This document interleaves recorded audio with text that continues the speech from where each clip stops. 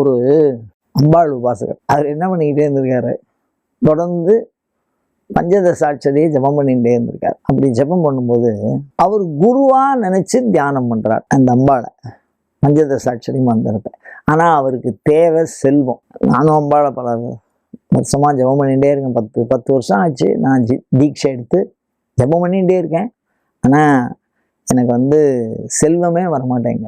அதுக்கு ஒரு குருவை விட மேலான குரு வரணுமோ இல்லையோ. சாதாரண இல்லறத்துல இருக்கிறவாளை விட சந்நியாச குருன்னு சொல்லுவா. சந்நியாசம் ஏற்றுந்து அதிலேயே இருக்கிறவா மடத்துல எல்லாம் இருக்காளோ இல்லையோ, அவா சொல்றதுக்கு மதிப்பு அதிகம். அவா சொல்றதை விட ஆகம சொல்லு.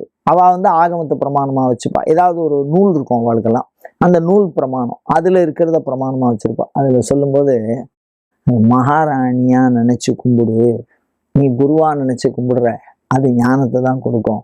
நீ மகாராஜ்ஞி அப்படின்னு அம்பாளை இந்த நாட்டை ஆளக்கூடிய அரசியாக நினைத்து வழிபடு. தமிழ் அரசின்னு மீனாட்சிக்கு பேர். என்ன சொல்றோமோ உடனே நடக்கும். ஒரு அரசன்ட்டு போய் நேரடியா சொல்லி அப்போதைக்கு தேவையை நிவர்த்தி பண்ணிக்கிற மாதிரி மீனாட்சிகிட்ட சொல்றது. அந்த மாதிரி மிகுந்த செல்வத்தை அவள் வழங்குவாள்.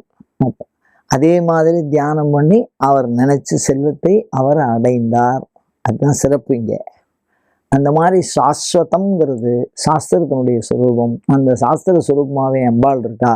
இந்த நாமாவிலேயே நம்ம சாஸ்வதின்னு சொல்லிகிட்டே இருந்தால் விரைவாக உலகியல்ல உள்ளவாளுக்கு என்ன அப்படின்னா, சொந்த வீடு, நிலையான வேலை, இது ரெண்டும் கிடைக்கிறதுக்கு இந்த ஒரு நாமாவளி போகும். தொடர்ந்து சொல்லி அதை பெற்று பயன்பெறுவோமாக.